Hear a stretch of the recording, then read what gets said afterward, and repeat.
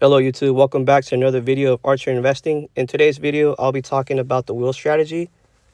Now, some of you have heard me talk about the wheel strategy in a couple of my videos or briefly mention it. Now, the wheel strategy is a powerful option strategy used to generate income.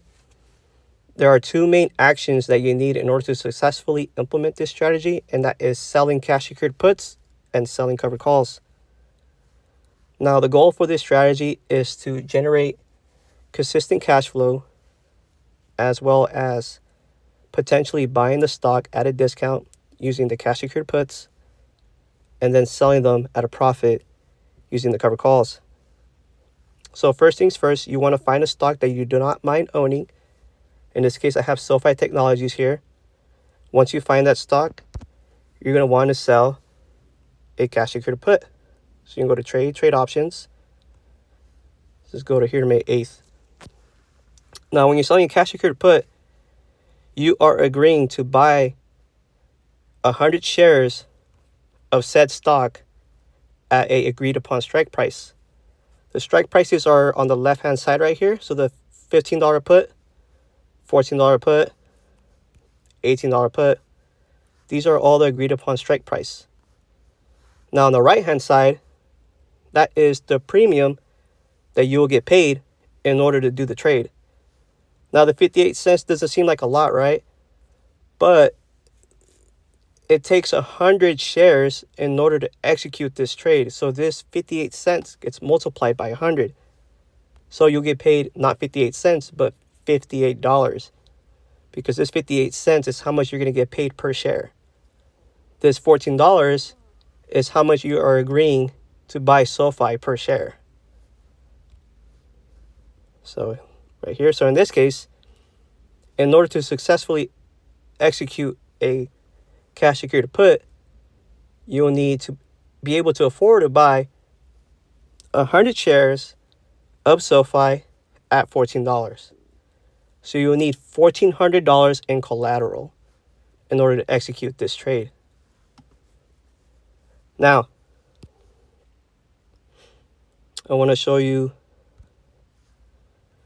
some things. Let's say May 8th. So right here in the top, real quick, just to explain it. These are the expiration dates, right? So when you're selling a cash secured put, you're agreeing to buy, for example, that $14 put by the expiration date. Let's say May 8th comes and goes, right? And SoFi is sitting at, let's say, $14.01. Right now it's sitting at $15.79, but let's say May 8th comes and it's sitting at $14.01. This trade executes worthless, meaning the $58, you get that regardless, no matter what, right? The $1,400 that you put as collateral, you get that money back. So what that means, you get to use that sell put again and again, or use it for whatever you want. Now, let's say May 8th comes and SoFi is sitting at like $12.90. In that case, this trade will execute. You'll be forced to buy SoFi at $14 per share instead of $12.90 where it's currently sitting at. Instead, now, when that happens, you're going to want to sell a call. And that's the reason why you only want to buy stocks that you do not mind owning. Because when the sell put comes, if you don't want to own the stock, that you're not going to feel really good about it, that it's currently sitting at $12.90, but you bought it at $14. Do you get what I mean? That's why it's important to only do this strategy with stocks that you don't mind owning. But back to the strategy. Once you have the stocks, you're going to go from sell put to sell call. Now, you could execute this right away the next trading day, or you could wait for it to recover a little bit and then sell the call. Now, when you sell the call, you want to sell it at the top right here because you're agreeing to sell your 100 shares of SoFi by whatever the expiration date is at, let's say, $18, meaning you'll sell it at $18. So in this case, that $15.79, sorry, that $14 that you got assigned for to 18, right? That's $400 and more profit that you get, plus the $40 right here from the premium if this trade executes, right? That's if the sell call goes above the $18 strike price. Now, same thing as a sell put. If it does not reach the $18 call, it expires worthless, and you get to sell the call again and again. And as always, you keep your premium. Now, there are some benefits to this strategy that works a lot in your favor as a seller than a buyer. There is something called theta right here. Now, theta as a seller is on your side. Time is on your side. So, as time goes on, this contract loses value and just loses value. Even if like SoFi goes up a little bit, as time goes on, it just continues to lose value, right? And this only helps you out as the options seller, because if you're options buyer, I'll just show you.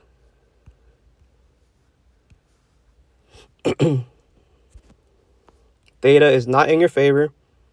And let's say it just keeps decreasing or it just stays the same. As time goes on, you're just losing value. And that's kind of a benefit as being a seller. And it's actually why like this wheel strategy is more safer than other strategies, just because time is in your favor. But there is some drawbacks, and I'll talk about those later. Now, another thing I do want to point out is delta. So as some of you may have noticed here, when you're selling a call,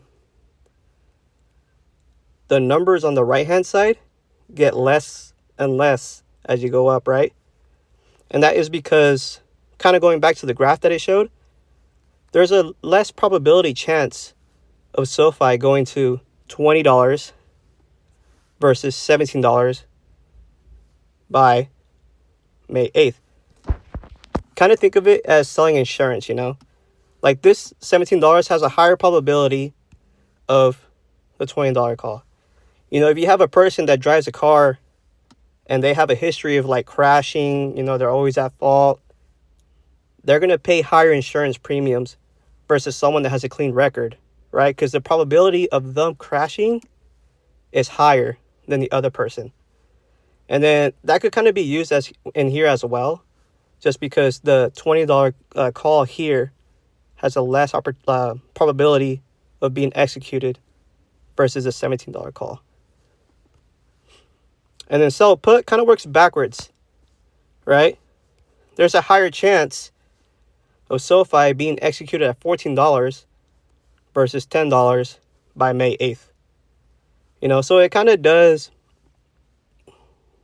pay to be a little bit riskier, but I'll talk about why that's not always the case, right? Because just with everything in the stock market, there's always risks no matter what you do. Now, why people like using this strategy is because it generates consistent income. It's pretty simple compared to other strategies. For example, I heard like the Iron Condor or something like that. I have no idea what that is. And it does forces you to become disciplined, because you pretty much are buying low and selling high using this strategy. And it forces you, and it works good on sideways markets. Now, here's the risky part. This strategy does not work on all markets. Other strategies may work on other markets. You know, on sideways markets, this strategy does perform well. But you kind of have to understand what market you're in and understand the risk. Because everything in the stock market does have risk. The risk here is, let's say you sell a put, right? Or sell a call, and the stock just drops significantly, right? Let's say SoFi just goes from $15.79 to like $7, right? And let's say you sold the put at 12, and now you can't even sell the call because one, you're assigned, and two, there's no benefit to selling the call because, like, I'll just show you right here. Go to May 8th. Let's say for example, SoFi was trading at $25. You sold a put at 22, right? You got assigned at 22, and it just drops to $15.79. Now it's very hard to collect any premium because you sold it at 22, and look, there's almost no premium to collect. You got to sell it at a cheaper price than you bought it for, and at that point you're losing money because you never know, it might jump up. Now you could probably potentially still make money, but it would just be like maybe $10, $5, you know. But at the same time, you are limiting like what you can do, right? Because at that point, those 100 shares are just sitting there. And that's why it's important that you only do this strategy on stocks you don't mind having. Because there might be a point where the stocks are just going to sit there because you're just way too out of the money or whatever, right? Now, another big risk is you could miss on potential upside. Let's say, for example, right now, $15.79. Let's say somewhere along this year, SoFi gets added to the S&P 500 and just skyrockets, right? But you sold a $19 call, and then SoFi is at $30. You just missed out on $1,100 of potential gains because you wanted to collect a $31 premium. You know, that's why it is important to understand where you are in the stock market. Maybe like if the stock is having earnings or anything like that, you might not want to sell covered calls or puts during earnings season because that could definitely limit your upside potential. I've had that happen to me before when I first tried this strategy, so I know from firsthand experience. And it kind of sucks not being able to collect more money because I got a little bit greedy and wanted to make that premium. But it is what it is. And another thing that's not a risk, but it does suck, is you do need quite a bit of capital in order to execute these type of trades. You need 100 shares. You need to be able to buy 100 shares. And this is SoFi, a more cheaper stock, right? So in order to execute that $14 put, you need $1,400, right? If it's Nvidia, let's try Microsoft,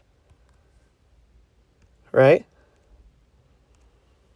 You're going to need a lot more money just to execute a sell put, right? Yeah, the premium's higher, but look at that, $370 per put. That pretty much means you need $37,000 to execute this trade. And that's one of the drawbacks of like someone that has like a small account.